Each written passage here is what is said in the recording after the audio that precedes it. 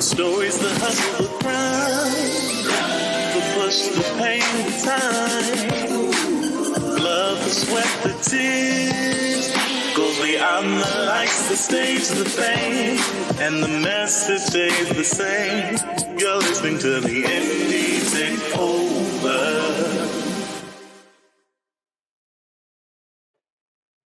Yo, welcome back. This is another episode of the Indie Takeover. And listen, I am elated. I am super juiced, super happy because today's guest is not just a guest, but a good friend of mine for some years now. And he has so graciously agreed to join us here on the Indie Takeover to talk about his journey in creativity, entrepreneurship, and also with gospel music and the music industry and the entertainment industry. And we're just going to have a good time. I am going to present to some and introduce to others the entrepreneurial genius himself, all the way from the East Coast. I'm here on the West Coast, and he's joining us. Put your hands together, your virtual hands together, for my brother, Wade the Barber. That's how y'all know him. Y'all know him as Wade the Barber. I know him as Wade. The virtual hands together. Yeah. What's going on, man? Man, I'm chilling, bro. Everything is well. How's everything with you, bro? Man, it is a great time. You know, I feel like since the pandemic, unfortunately, we lost a lot of people, loved ones, but on the upside of things, I feel like the pandemic has presented a lot of opportunities to be creative, to grow, to move forward. And I can't complain, man. I went back to school, working hard. So it's stretching me beyond my my comfort zone, but the focus is definitely is there. So, man, thank you, sir, for joining us, for fitting the Indie Takeover into your busy schedule. For those that do not know you, I want you to introduce yourself. Tell us who you are, where you're from, and what you do. All right. So, Wade Menendez, also known as Wade the Barber. I'm from Maryland. Actually born and raised from Annapolis, Maryland. Right now, I reside in Baltimore, but I'm in the DMV. Everybody calls it the DMV or whatever. So, yeah, man, I'm a barber, a business owner. A lot of people know me to do the hair units. I kind of made that popular. So the man weaves, as people call it as well. I call it the hair units. People call it the man weaves. Yeah, But yeah, so I give people hair and I give them some confidence. So I've, the Lord has blessed me, man, tremendously in my career, man, to really to do some amazing things that featured on a lot of TV shows and a lot of publications and different stuff like that through this hair thing or whatever. So I do that. I'm also a musician. I play, sing, shoot. I'm an author. Got a book out as well. So I do a lot of different things, whatever, on my own 3 barbershops, 2 in Maryland and 1 in Atlanta right now. So that's been cool. Keeps me busy. Also a dad, full time out here. It's crazy. Yeah. Staying real busy, bro. So. Yeah. Listen, Wade, when I first met you, more than 70% of everything you just said, you did not have. Yeah. I mean, you have taken being a barber to literally the next level. And I'm not trying to gas you up, but I'm just saying I've seen your growth and your tenacity. You took what was a passion and just a natural skill and you built upon that, right? Which I think is just dope anyway, because if you're passionate about it, it doesn't really take a lot for you to, get up every day and go to work and do what you got to do. But I want to ask you, how did that start? How did you know that barbering, or even deeper than that, like you said, you give people confidence, right? How did you know that was something that you were either called to do or something that you enjoyed? Honestly, man, I didn't really realize that until I tried other things. You know, I was a paper boy. I used to work with my dad, painting apartments, like maintenance. He had a maintenance and painting company, so I used to do that, bro. I worked at I did retail. Got fired from doing retail. I was working at a pharmaceutical company, too, answering phones and kind of doing some behind the desk work or whatever. But barbering was the only thing that I was passionate about. You know what I'm saying? After I finished all that stuff, I did school for a little bit. And I was like, man, I don't really like nothing but cutting hair. I started cutting my hair when I was 12 years old, you know, as a kid. And from there, I started cutting like some people at the church and some people, you know what I'm saying, or like my family, stuff like that, some kids I knew. Just trying to get my weight up. And I went to barber school after I tried everything else. I was like, I could cut a little bit. This is the only thing I'm really passionate about. So let me try this out. Let me see what this happens. You know, what happens with this. The thing about it was, I didn't do it for money though. You know, I did it. It was more so just like a passion for me. You know, something I just do. So it wasn't like I was about to get rich off it because I was like, I've never seen a barber be rich or be wealthy off of cutting hair. Because, you know, most people look at it as like a little hustle. They don't take a lot of barbers don't take it really serious. Of course, I seen barbers at the time. There was some barbers that I was like looking up to, like Kenny Duncan, Tyreek Jackson. These are guys, but they do like hair shows and different stuff like that. But I didn't know what their financial situation was. I just know that they was cool. They was popular amongst barbers. You know what I'm saying? But yeah, man, I got into school. Just kind of getting into that real quick. I got into school and I met Lil Mo, and Lil Mo, the R&B artist Lil Mo, whatever. So I started traveling with her and like making moves. And then she kind of like was influential in a way that like, she's like, no, just don't be a regular barber, bro. Like, nah, you a star. You know what I'm saying? So like, she's like, it's something about you, it's a light about you, you know what I'm saying? Like, people are drawn to you. Take this joint, market it, brand it, and go to the next level. And I appreciate her for that, you know what I'm saying, just being in my life at the time, because like I was in barber school, you know what I'm saying? I ain't even started working in the shop yet. I hadn't thought about it in that way because, like I said, I never saw it. I never had an example of or a model of it. You know what I'm saying? Yeah. And so from there, things that progressed. I met a lot of celebrities, cut for BET Awards, cut for a lot of different shows, and just met a lot of great people. You know what I'm saying? Had my own website, branded and marketed myself and all that stuff or whatever, and it just went from there. And now I'm able to be an example for other barbers and stylists to say, hey, listen, this is something that you can attain. You know what I'm saying? You can be a millionaire in this industry. You know? So it's great. I'm grateful for that, bro, because I got a lot of people that I've been able to mentor, a lot of people that I've been able to help over the years through that. Yeah, absolutely. And I want to say the entertainment industry, especially within like the Black culture, right? Like just we barbers can make or break your career, right? Like we are gonna notice every bit of hairline, bald spots. Like we are, so I mean, a lot of barbers you won't know who's doing it behind the scenes, but I agree with Lil Mo. You are a celebrity, but you're very humble, right? Like you don't come into a room and try to flex, right? Like you have a lot of things that just speak for themselves, right? To be a hairstyling professional that has their own event, award weekend during the Stellars. Like, I don't know nobody else is doing it. Like, just looking at all that you do. And that's one of the reasons why I always have admired your work ethic, right?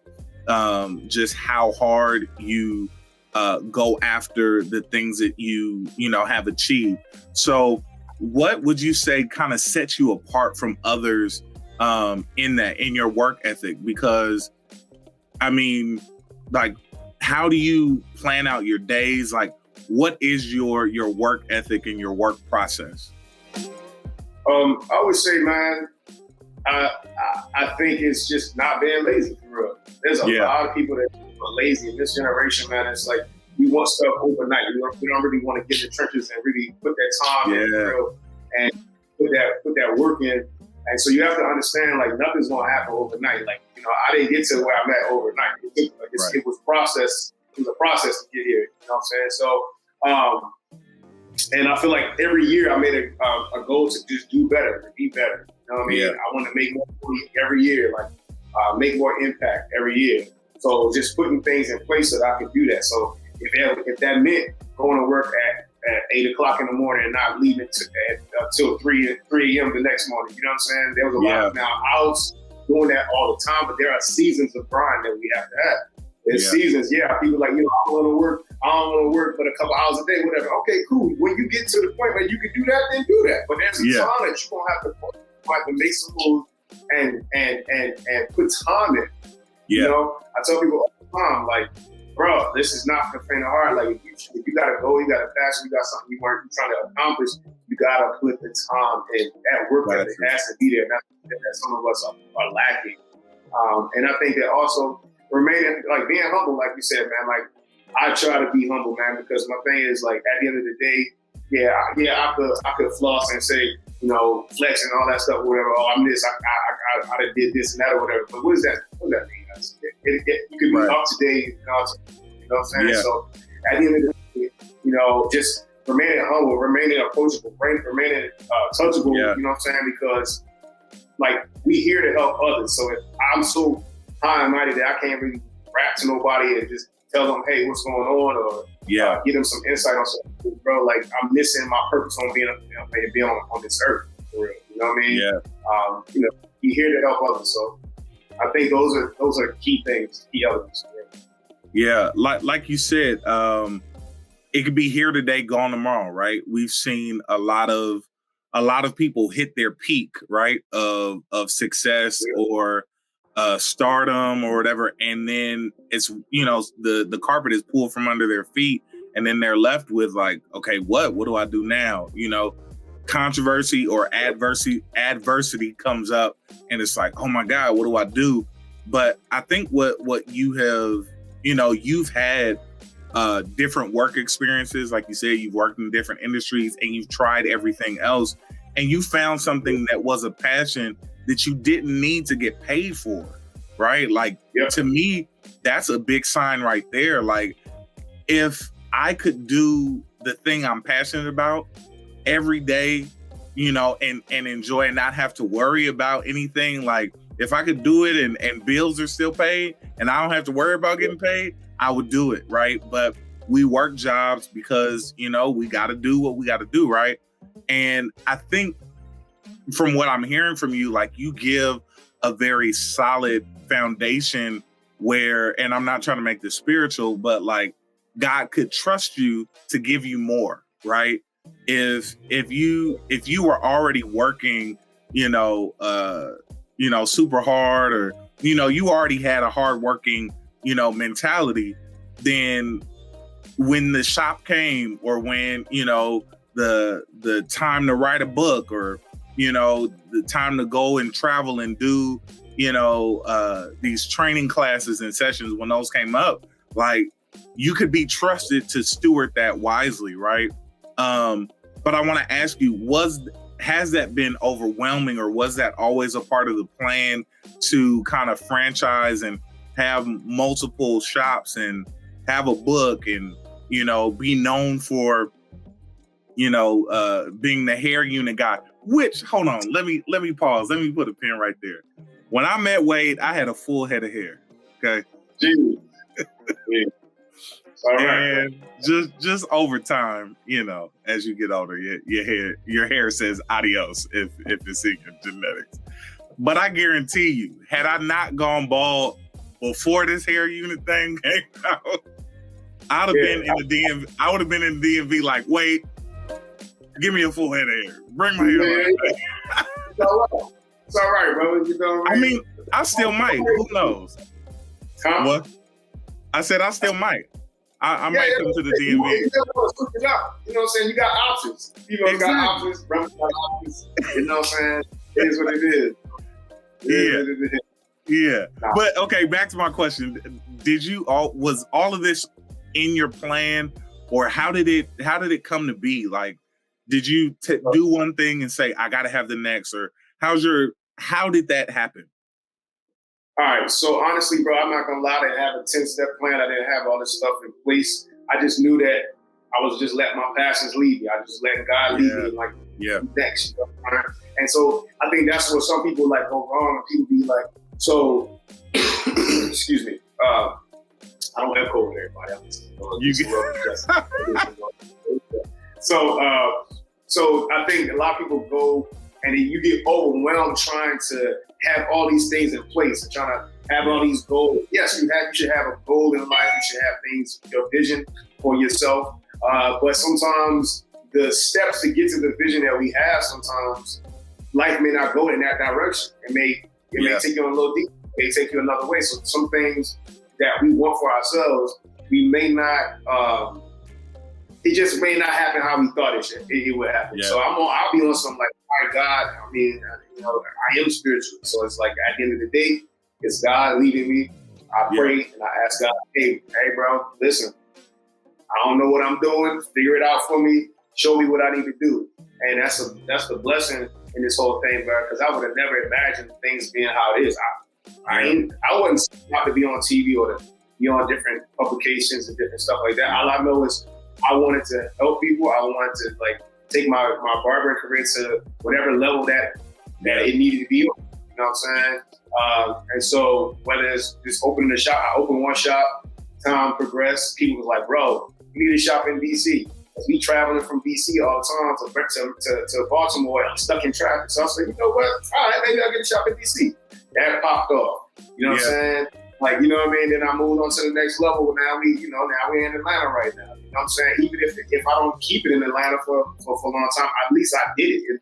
Different things happen, you know? And so it's like, I'm just out here just trying to just walk my path. Yeah. And however that looks and whatever makes sense for me to do, that's what we do. You know what I'm saying? I did the book because people kept asking me, hey, how did you get to be successful?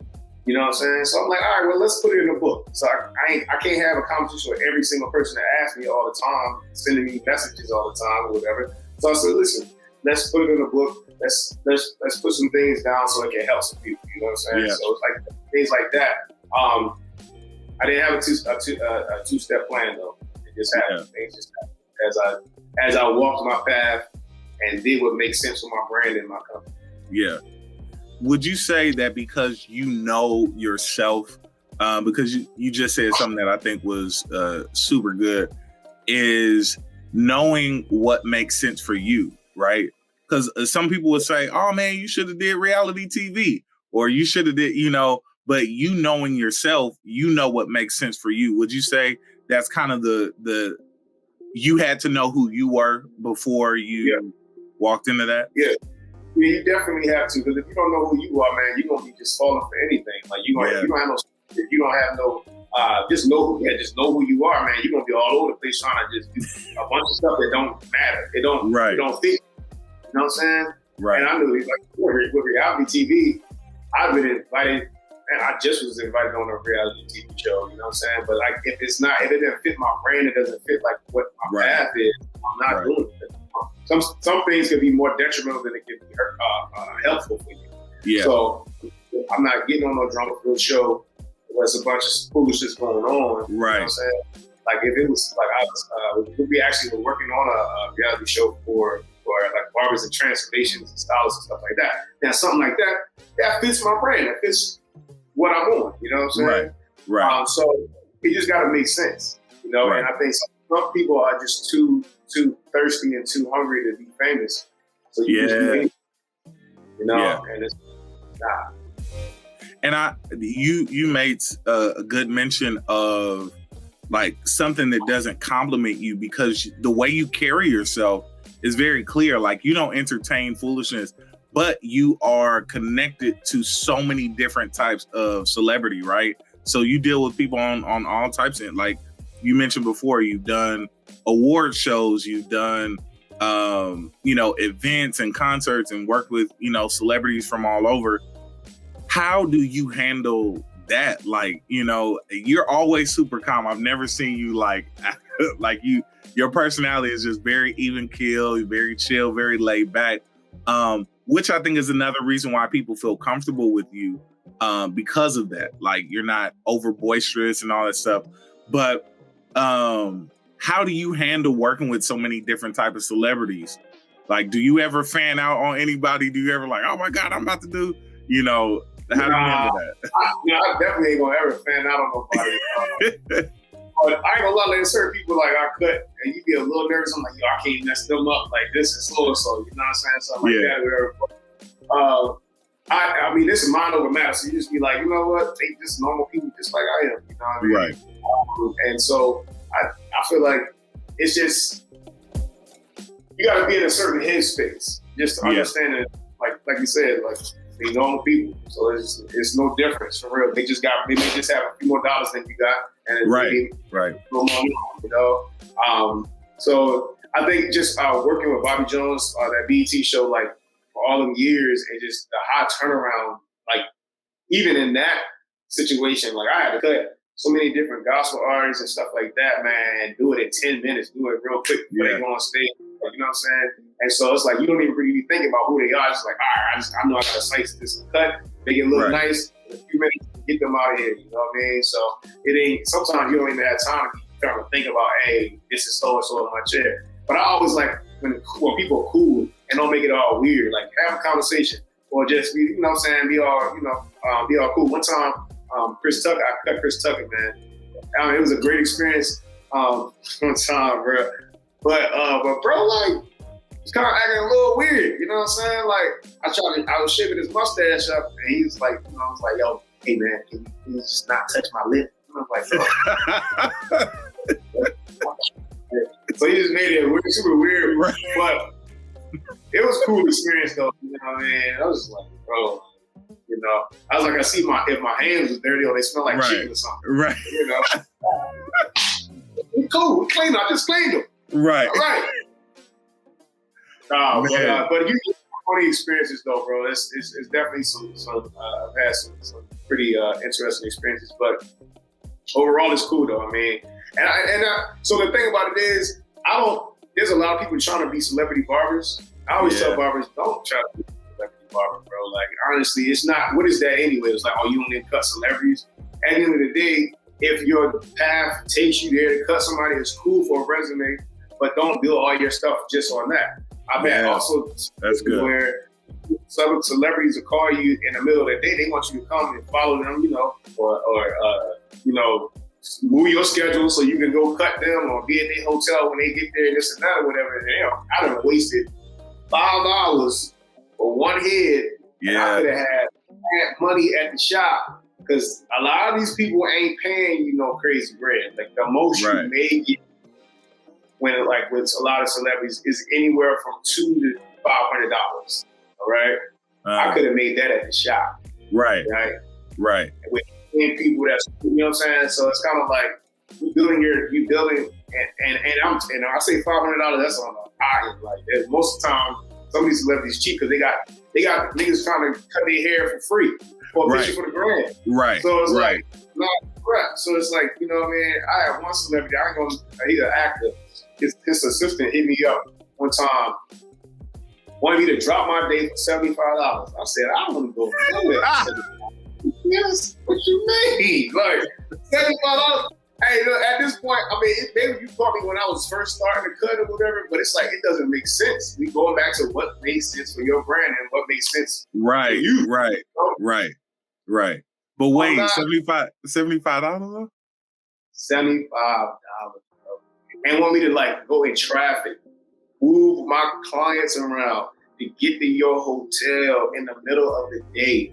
That was going to be an easy 4 hours I'm missing. Easy 4 hours. Right. You know what I'm saying? Now for $75. He's so-and-so. He's on this show. This and that. I don't care. If he's popping, you need to raise that budget up a little bit. Right. And get more money to make this make sense for me. You know what I'm saying? Yeah, I said, sis, I will kindly send you somebody else that may fit their budget. I mean, they just starting or whatever. No, we wanted you to do it. Sorry. So do because you mentioned talking to other barbers, because I've noticed that too. There's been barbers that'll say like, "Oh, I'm a celebrity barber" or whatever. And I mean, maybe because I've known you for a long time, I will be like, you ain't a celebrity barber. But that's interesting to me, because if the work ethic doesn't match the brand, because you still work in the shop, right? Like you still go to the shop and grind out every day. So you still have regular clientele, just regular people. Regular hair now because it doesn't make sense for me where I'm at right now. But I do units. I do all hair units. Yeah. So I don't do like just regular haircuts now. I do. I work 3 days a week. But I have to do what makes sense for me at this point. Right. But even when you were doing celebrities, until you got to this point, like you still were going to the shop, you still, So do you, really awesome. That advice that you've given other barbers, do you find it, that they receive that? Like, or are they like, nah, man, I got, how receptive are they to advice from you about navigating their own brands and, careers in entrepreneurship? Yeah, I think a lot of them are receptive, and then there are some people that just they want to do what they want to do. And they be hard headed, and then they come back and be like, yo, I should listen to you. You know what I'm saying? Yeah. And then people that's just used to, like, because they're making more than what they used to make, so they're just complacent with the bare minimum that you can get. And I tell barbers, I made a post one time. I was like, if you're not making like $700 a day, you need to work harder at doing it, because it's there for every barber to make. Yeah. You know what I'm saying? You have no business turning away clients and stuff like that. It's like, why settle for less? But if that's cool, if your goal is to only make $200 a day, and that works for you, you can fit, family and be cool with that. That's cool. Yeah. You know what I'm saying? But I just know, I want more out of life. I want more. I want to make more impact. Right. I want to make more. I know that $200 a day not gonna work for me. My bills crazy. My overhead crazy. Right. So with where you are now, because we've mentioned it, you are a man of many hats, right? So you're not just Wade the barber, you're Wade the author, Wade the hair unit specialist originator. You are all these things. What could we expect next from you? Like, what do you have next in the pipeline? I saw a post. It said something about some music. So what's next for you? I got a single coming out the end of this month. Working on an EP right now.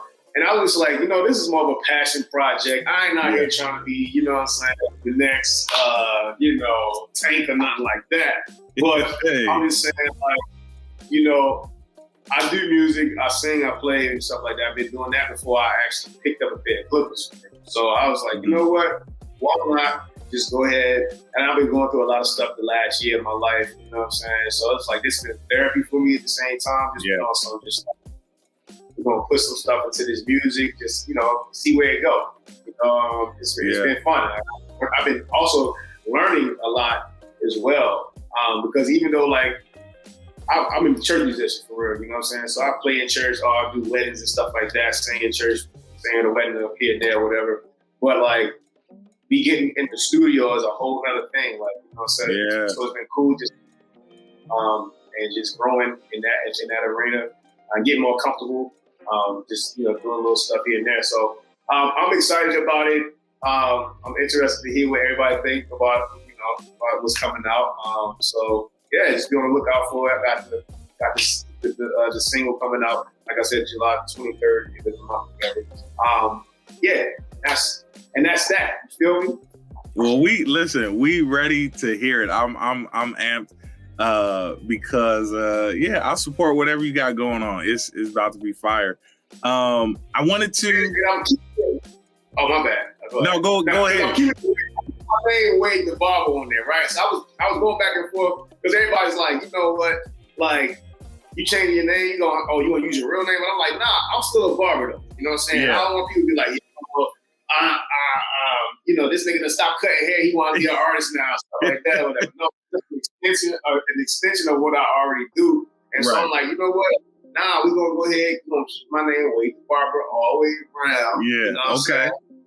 I was talking to one of my boys that helped me do one song. He's with Rock Nation, and he was like, "Yo, Wade the Barber's that's dope, bro. Just do that. Keep that." Yeah. Like, you're right. You know what I'm saying? So that's what it's gonna be. So I ain't got no other name out here. We're gonna keep brand. It's all about branding as well. You know what I'm saying? Yeah. So. For sure. In that branding, because I want to go in this direction real quick.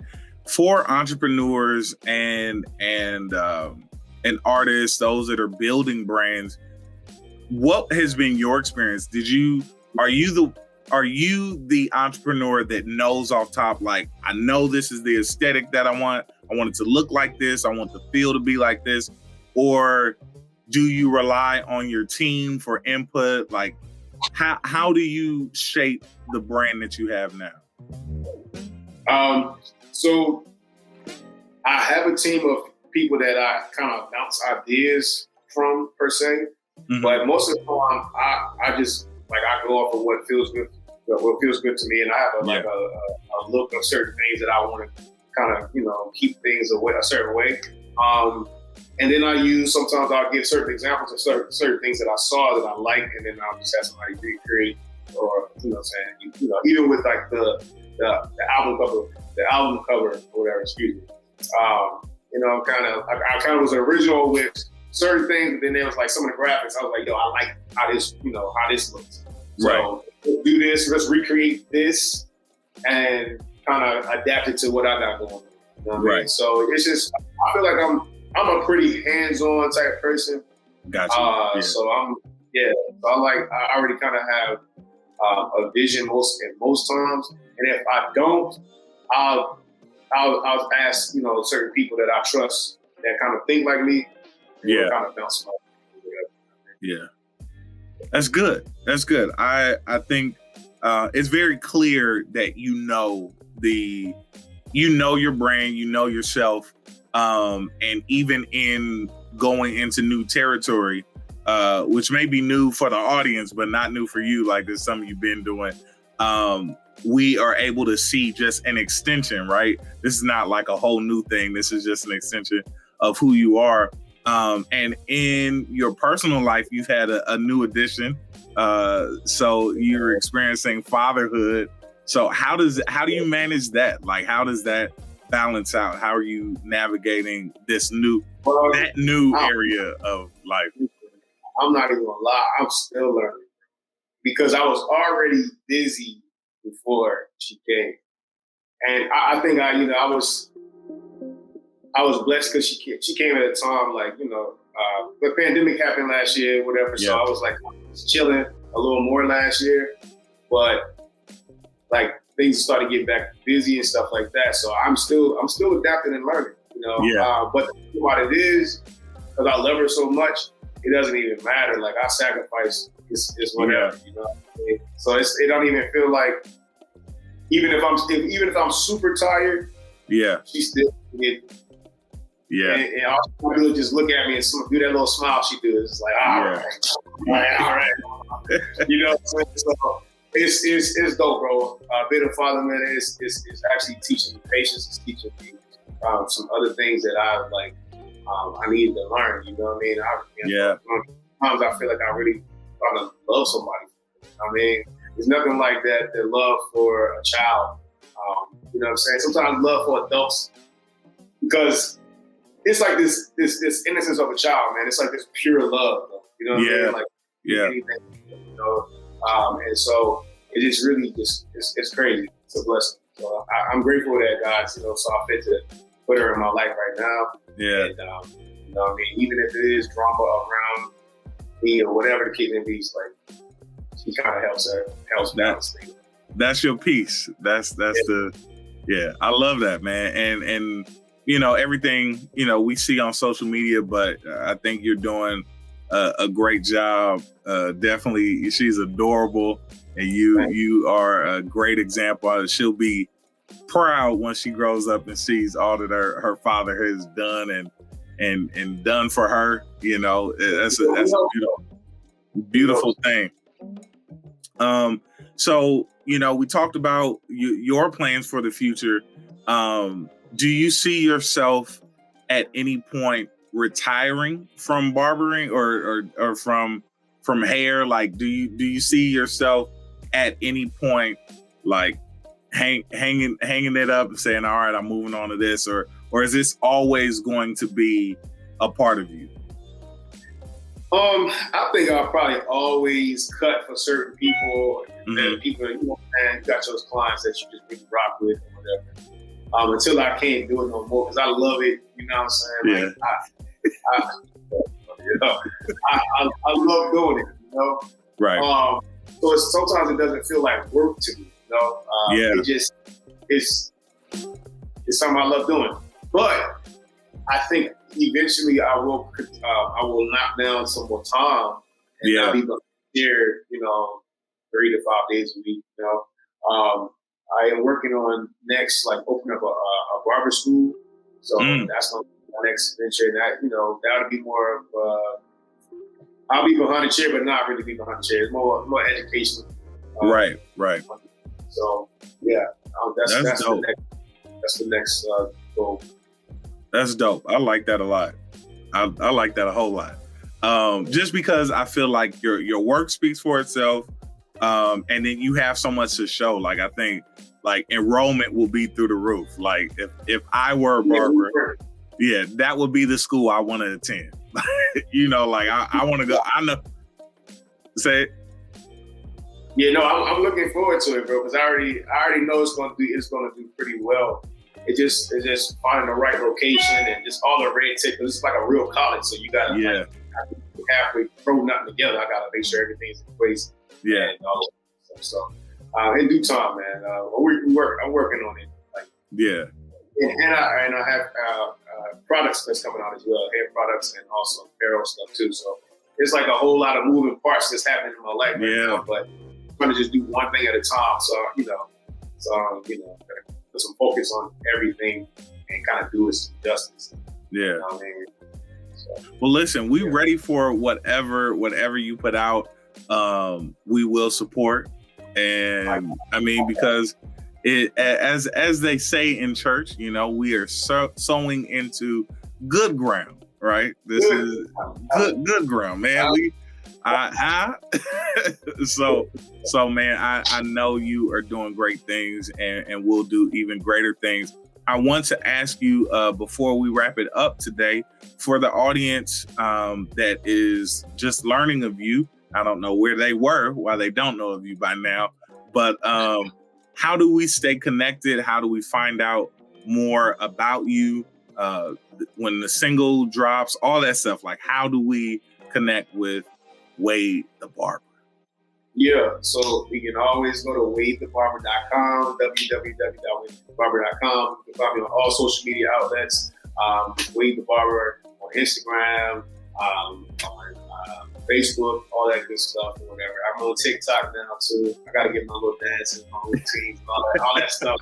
You know, man, this stuff is I mean, of course I'm on YouTube and all that stuff too, but making videos, that's a whole nother job, bro. Right. It's too much. I can't keep up. Right. It's too much. Anyway, we out here. Man, for real. My music is definitely on iTunes and all the outlets to be on there or whatever. So so stay tuned. Keep up with your boy. We're gonna be out here. Yes, sir. Well, sir, I wanted to thank you so much for your time, for joining the Indie Takeover show with your boy, Jeremy Gibson.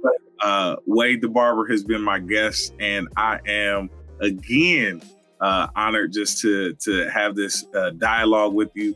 Wade, if you have any final comments or words of encouragement for the audience, go ahead and share some wisdom to us. I ain't a man of many words, but y'all definitely, man, stay passionate and keep God first in whatever you're doing right now. Like, I think this pandemic has taught us, like, we might have to have some spiritual backing, some spiritual foundation to keep us going and keep us grounded. So stay focused, keep him first, and be passionate. Whatever you're doing, I don't care if you're selling lemonade, man. Make that the best lemonade stand. Make the best lemonade you got. You know what I'm saying? And brand yourself. So these are things that brand and marketing. That's the stuff that's going to take you, like, set you apart from the average person. So that's pretty much it. All right. So good. Y'all go and follow Wade the Barber on. Go ahead, sir. Hey, y'all don't be lazy. We talked about that earlier. I meant to add that in there. All right, just don't be lazy, okay? You want something bad enough, you're gonna make sure you put the time and the energy into it, make it happen. All right. Now you can finish. Right. Now that's good. Listen, don't be lazy and go follow Wade the Barber on IG, Facebook. I think we were friends on Instagram. MySpace. So MySpace days. But listen, he has a wealth of knowledge, a wealth of material that you can look into and learn from and grow. So listen, y'all go flood his social media right now with some follows, some support. Because listen, he is good ground. He's a good brother. Again, thank you, sir, for joining us at the Indie Takeover. You can catch us the same time, same place next week on the Indie Takeover show with your boy, Jeremy Gibson. Yes, sir.